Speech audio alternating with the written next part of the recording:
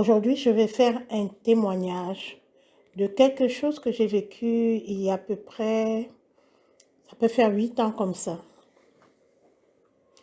Dans mon lieu de travail, donc j'ai une pharmacie et dans une pharmacie, bon, vous savez, le coin où il y a les ordinateurs, on a ce qu'on appelle la salle de saisie, là où on saisit les médicaments qui sont reçus par les fournisseurs, etc. Et à partir de là qu'on dispatche dans les différents rayons. On a un ordinateur là-bas et il y a beaucoup de fils parce qu'il y a l'ordinateur, il y a l'imprimante. En fait, c'est l'ordinateur central, donc il y a beaucoup de fils qui amènent les fils vers les ordinateurs comptoirs, etc., etc. Et donc, c'est dans un coin. Et souvent, j'avoue qu'on a du mal à passer le balai là-bas, donc on passe les aspirateurs qui ont des longs becs. Parce que s'il faut déplacer les fils, après, ça ne va pas, l'ordinateur ne fonctionne plus et tout. Donc, on hésite à passer trop l'aspirateur, le balai de ce côté. Donc, on procède avec un aspirateur. Alors, il fut un moment, euh, dans ma pharmacie, ça n'allait pas. Moi, je suis tombée en faillite 3 fois. Hein. C'est vrai que des fois, c'était des problèmes de gestion, mais il y avait beaucoup de choses aussi derrière. Et donc, ça n'allait pas. Et comme ça n'allait pas, c'est-à-dire qu'il y avait de moins en moins de clients, il y avait une atmosphère délétère entre les employés, les clients qu'on recevait, c'était des clients super nerveux, euh, d'autres prenaient les médicaments, ils sortent, après ils reviennent, non, je me suis trompée, rendez-moi les médicaments. Enfin, c'était une période très, très difficile. Et moi, quand je me retrouve dans une situation comme ça, bon, ça m'a fait perdre mon chiffre. Mon chiffre d'affaires est descendu en chute libre. Je me suis mise à prier, comme d'habitude. Hein. Je suis allée dans ma chambre, dire, ah Seigneur, tu vois la situation, vraiment, dis-moi ce qui se passe, parce que je n'arrive pas à comprendre comment tout d'un coup, voilà ce qui arrive. Je gère toujours de la même façon, j'ai fait des efforts de gestion et tout. J'arrive pas à comprendre et je comprends pas pourquoi il y a des problèmes entre les employés, des histoires de palabres et tout. Quand je rentre dans la pharmacie, je vois que les visages sont tendus, deux se sont discutés et tout.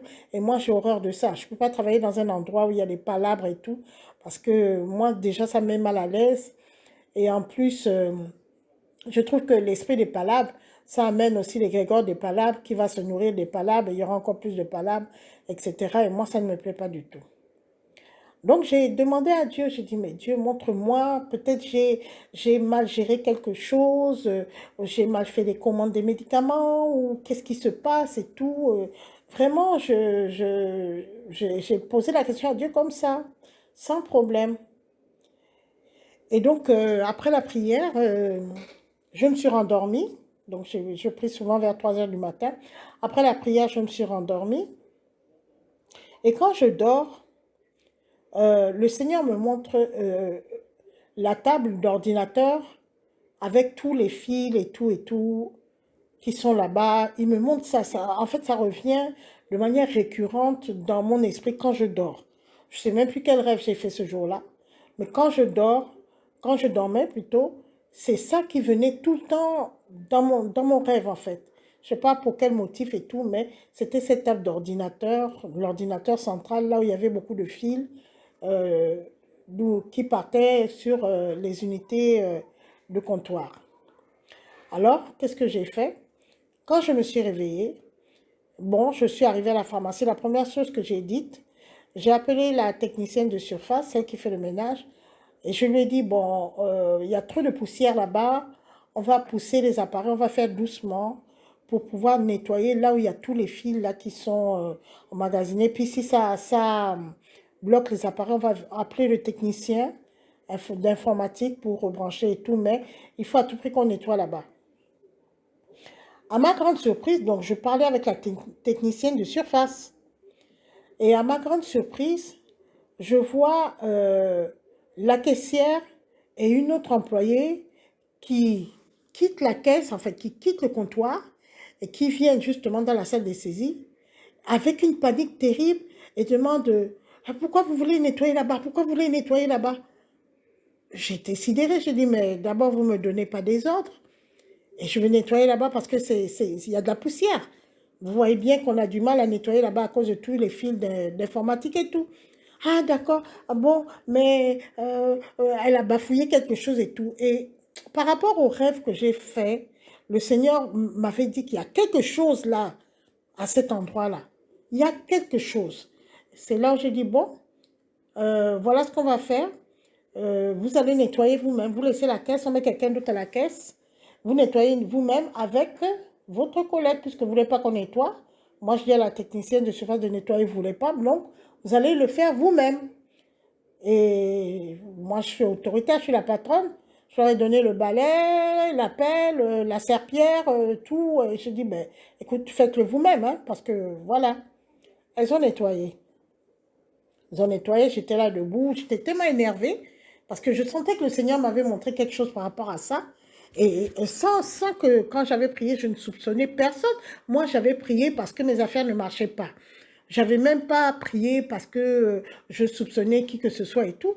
Mais quand j'ai vu leur réaction, ça m'a énervée. J'ai dit, bon, tant qu'à faire, vous allez nettoyer. Je me suis énervée, quoi. Vous allez nettoyer, moi, je ne veux rien savoir. Et elles ont nettoyé. Elles ont nettoyé tout. On n'a rien trouvé là-bas. OK? Mais au moins, j'étais satisfaite qu'on ait nettoyé ça. Moi, ça m'a fait du bien. Au moins, ça a été nettoyé. Et qu'est-ce qui s'est passé? Le lendemain, je suis arrivée un peu en retard au travail parce que bon, je devais passer dans une administration. Et quand j'arrive, on dit, ah, docteur, il y a eu quelque chose de grave là et tout. Vraiment, on ne comprend pas ce qui s'est passé et tout. Vraiment, on ne sait pas pourquoi. Déjà, quand je suis arrivée, j'ai vu que les deux employés qui ont nettoyé derrière la table d'ordinateur, elles avaient le visage boursouflé. Mais vraiment boursouflé, comme si elles avaient fait une allergie et leur peau était boursouflée, mais vraiment très très moche, toutes les deux.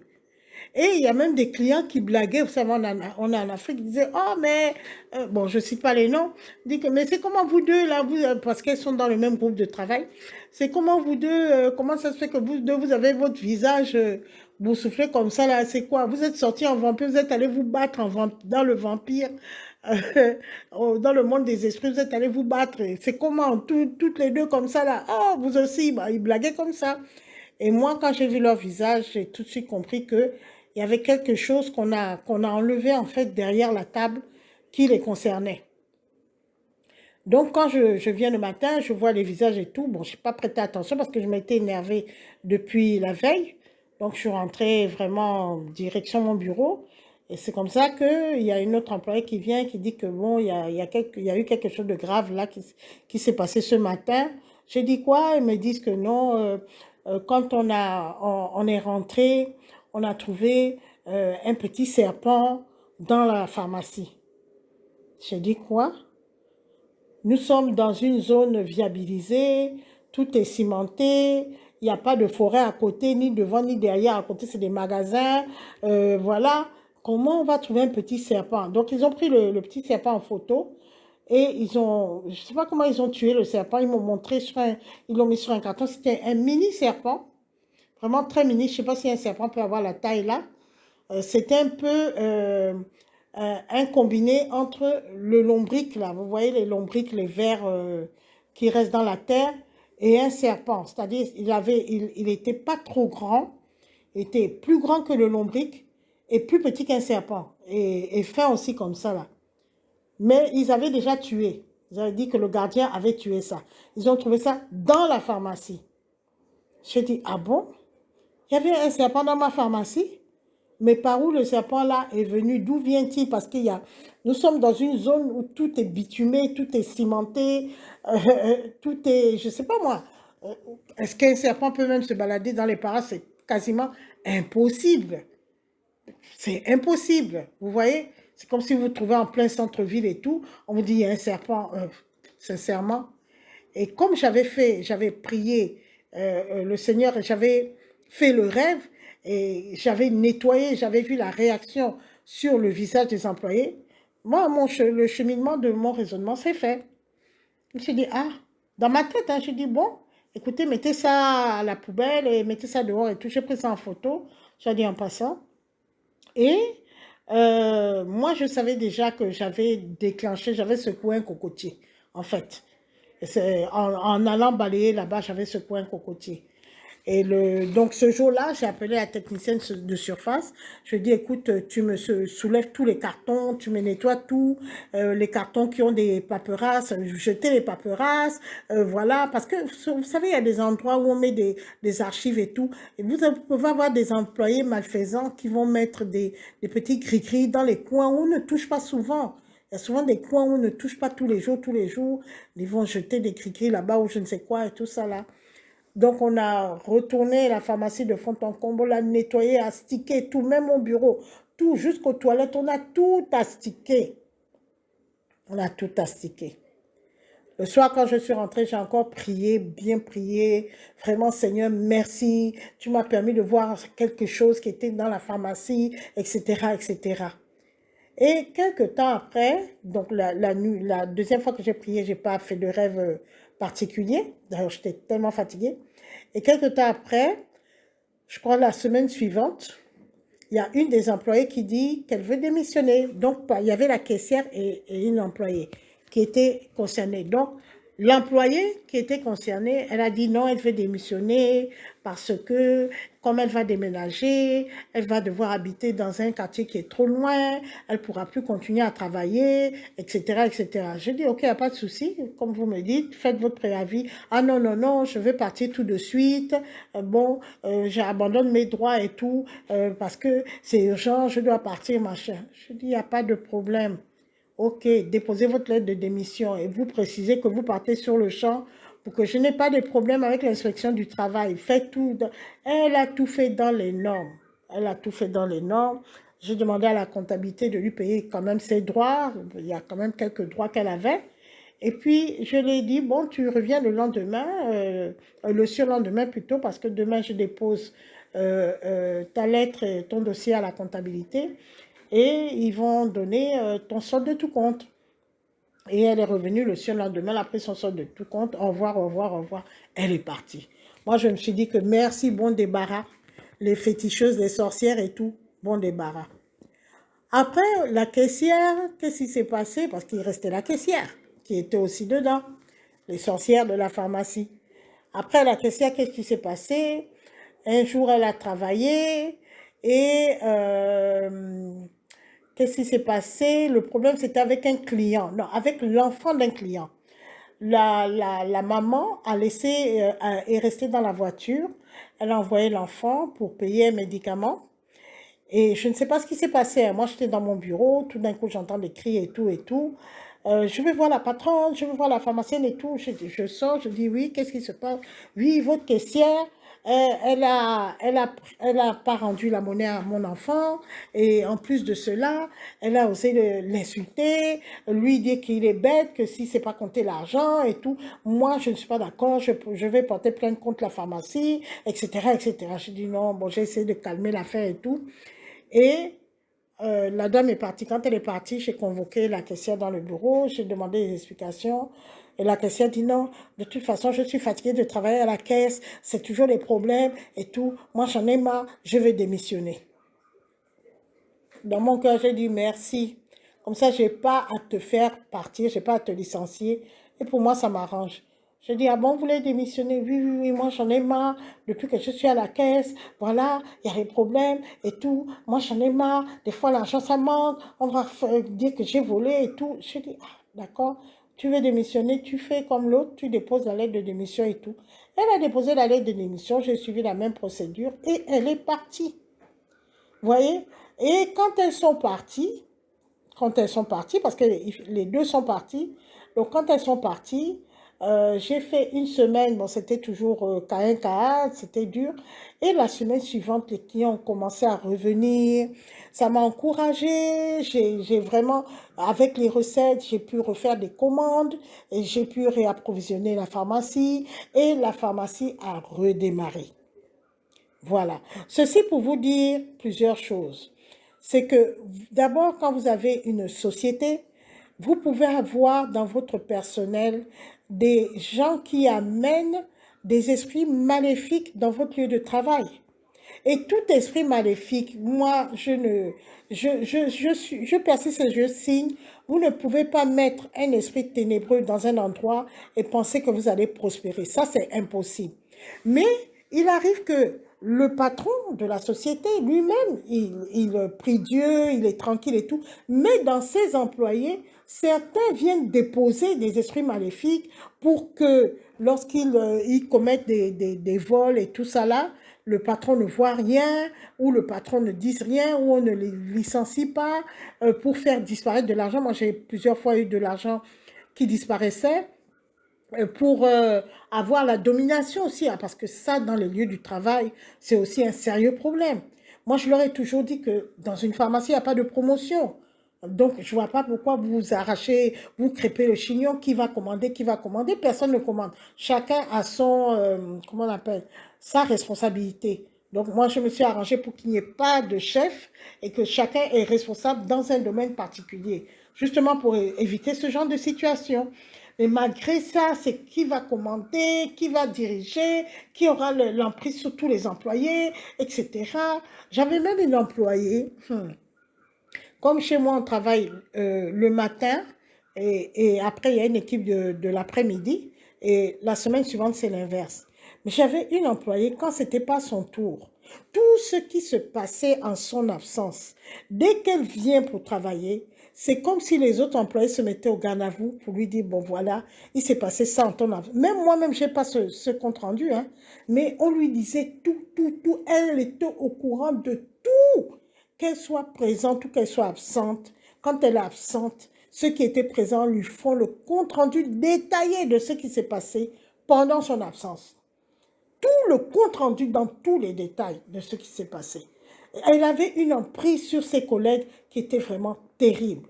Dieu merci, celle-là aussi, elle a démissionné. Vous savez, moi, je n'ai pas eu besoin de licencier beaucoup de personnes. Beaucoup sont partis par démission. Je demande seulement à Dieu que, Dieu, s'il te plaît, soit par démission, soit elles ont commis des erreurs tellement flagrantes que je leur dis seulement, voilà, je vous licencie, non? Elles sont obligées de dire oui. Parce que c'est tellement flagrant. Avant, quand j'avais ouvert ma pharmacie, je ne connaissais pas vraiment encore Dieu et tout. Et je me suis cassé le nez à l'inspection du travail comme c'est pas possible. Mais je passe sur ce qui se passe là-bas. Donc, j'ai appris à mettre Dieu dans mon lieu de travail. Lorsque j'ai un petit souci dans mon lieu de travail, je mets toujours ça au pied de Dieu. Je dis, Dieu, voilà, je sens que la situation, ça ne va pas. Je sens qu'il y a ça. J'ai l'impression que, vraiment, montre-moi ce qui est caché, dis-moi ce qui ne va pas et dis-moi comment je peux rectifier la situation. Et il me montre. Ceci pour vous dire que lorsque vous avez même au sein de votre foyer, dans votre maison, vous voyez qu'il y a des situations, peut-être les enfants sont nerveux, peut-être votre conjoint ou votre conjointe est nerveuse, peut-être qu'il y a beaucoup de tension dans l'air, vous sentez que ça ne va pas et tout. Demandez à Dieu de vous révéler quelle est la véritable origine du problème. Ce n'est pas la peine de taper les enfants. Ce n'est pas la peine de vous énerver sur votre conjoint. Le problème, des fois, il est ailleurs. Je vais vous raconter une autre anecdote, ce n'est pas moi qui l'ai vécu. Il y a un grand immeuble dans notre ville, très très beau, et il y a un monsieur qui est chrétien, hein, qui croit beaucoup en Dieu, qui a loué un appartement dans cet immeuble. Vous savez, c'est les immeubles, il y a les dalles. Hein, on met des dalles pour l'étage supérieur, etc. Mais il y a des gens qui n'aiment pas voir en haut de leur tête une dalle. Donc, ils font des faux plafonds avec des, je ne sais pas comment on appelle la matière, là, en tout cas avec des décorations, machin. Après, ils vous mettent des lustres et patati et patata. Donc, le nouveau locataire, il est rentré dans l'appartement, un très bel appartement, avec femme et enfants. Et ils ont commencé à habiter dans l'appartement. Un appartement assez coûteux. Et au bout d'un certain temps, il y a eu comme une tension dans le couple. Le monsieur et la femme, il y a eu une tension nerveuse là que ça n'allait pas. Et les affaires du monsieur aussi n'allaient pas au niveau du travail. Depuis qu'ils ont habité, ils ont commencé à occuper cet appartement. Et comme le monsieur, il est comme moi je ne le connais pas, hein, ce sont les journaux qui ont relaté l'affaire. En tout cas, on est pareil. Quand on a un problème qui nous dépasse, On va au pied de Dieu. Ah, Dieu, toi qui vois tout, qui sais tout, qui comprend tout, qui peut tout. Viens avec tes grands yeux qui sont des radars, qui sont mieux que des radiographies. Viens nous expliquer quel est le problème. Et c'est comme ça que le monsieur prie, il prie, il prie, il prie, il prie. Et le lendemain, la première idée qui lui vient en tête, c'est de faire venir une cellule de prière dans le lieu. C'est comme ça qu'il convoque ses frères et sœurs dans le Seigneur et tout. Ah, venez prier, je sens que mon appartement... Ah, non, en fait, il n'a pas dit que l'appartement avait un problème. Il a dit, je sens qu'avec mon épouse, ça ne va pas. Et il y a mes affaires aussi qui ne vont pas. Donc, en fait, c'est pour ça qu'il s'inquiétait parce qu'avec son épouse, tout d'un coup, ça n'allait pas. Et avec son travail aussi, ça n'allait pas. C'est ce qui l'a motivé à prier. Et donc, les gens sont venus prier, donc pour le couple, en fait, et pour le travail. Ils prient, ils prient, ils prient, ils prient, ils prient. Après, il y a c'était pas le pasteur, c'était un évangéliste, enfin, un qui était venu prier. Il lève la tête. Après, il continue à prier, parce que la maison est très belle, hein, vraiment, avec des beaux lustres et tout. Et puis, comment on appelle ça, les faux plafonds qu'on met blancs, là? J'ai oublié comment on appelle la matière là, bien décorée, avec des arcades et tout là, très beau. Après, il prie, il prie, il prie, il lève la tête. Il continue à prier, continue à prier, continue à prier, il lève la tête. Et puis tout d'un coup, il arrête les prières, il dit non, arrêtons d'abord.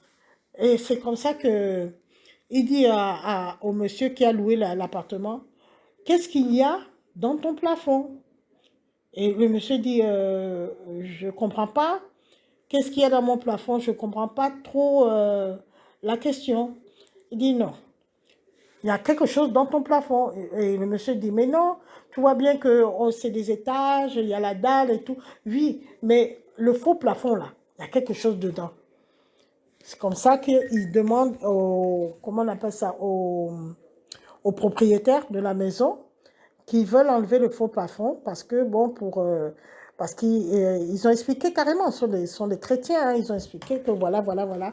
Le propriétaire de l'immeuble, il a d'abord dit non, machin, il a fallu expliquer, expliquer. Il a dit, bon, si vous cassez, il faut remettre tout.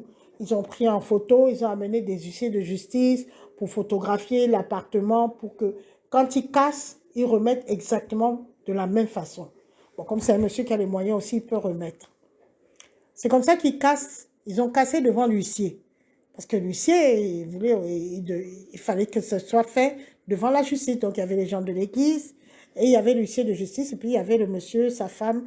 Ils ont mis les enfants chez la mère du monsieur pour que les enfants n'assistent pas à tout ça. Et le propriétaire était là. Ils ont cassé le faux plafond là. Ils ont enlevé le lisse, ils ont déposé, ils ont enlevé les belles ampoules, ils ont déposé, ils ont cassé les faux plafonds. C'était au moins, il y avait quelque chose de 3 cercueils, des mini-cercueils en bois dans le faux plafond, des mini-cercueils. Ça dit que dans les cercueils, on peut mettre peut-être qu'une poupée, des trucs comme ça, bien alignés en haut, dans le faux plafond. C'était stupéfiant, à tel point qu'après, il y a eu les journalistes, ils ont regardé, c'était sorti dans les journaux et tout, et tout, et tout. Voilà, des mini-cercueils.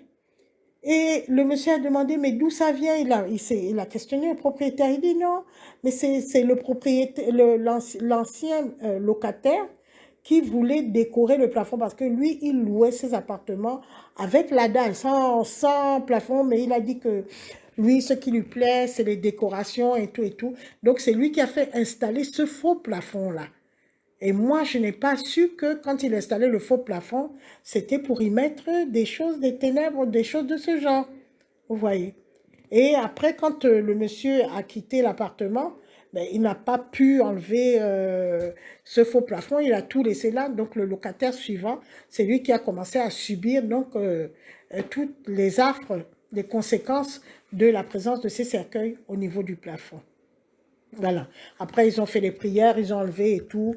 Et, après, le monsieur, il est resté quelque temps, mais je ne crois pas qu'il soit resté parce que jusqu'à présent, quand on passe en voiture, on voit que l'appartement, il est fait. Et les vitres sont fermées, donc et il n'y a plus le moteur du speed. Donc, je crois que à la longue, le monsieur, il a déménagé. Hein. Il n'est pas resté dans l'appartement très, très longtemps. Voilà.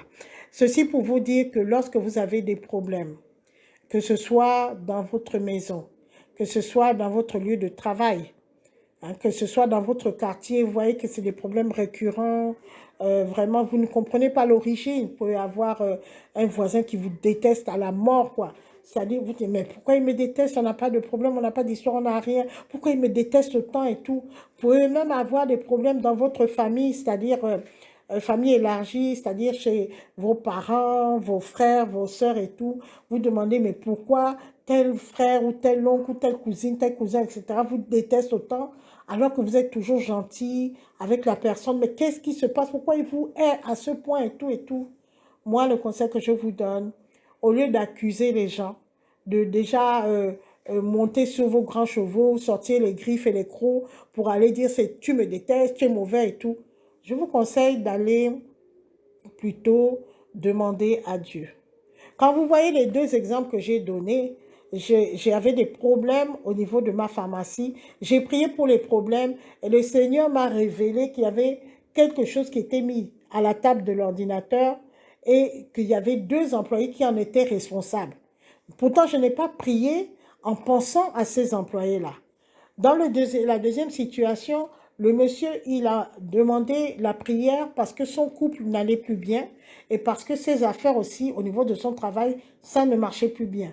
Il n'avait pas pensé à prier sur le plafond de son appartement. C'est pour vous dire que seul Dieu peut vous révéler la véritable origine de vos problèmes.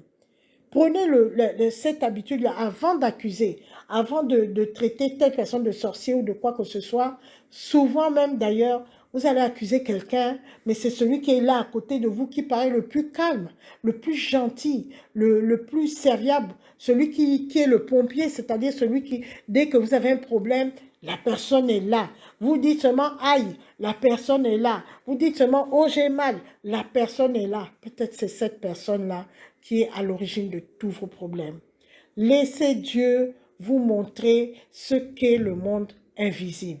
Et vous allez voir que vous allez vraiment vous en sortir. Merci de m'avoir écouté.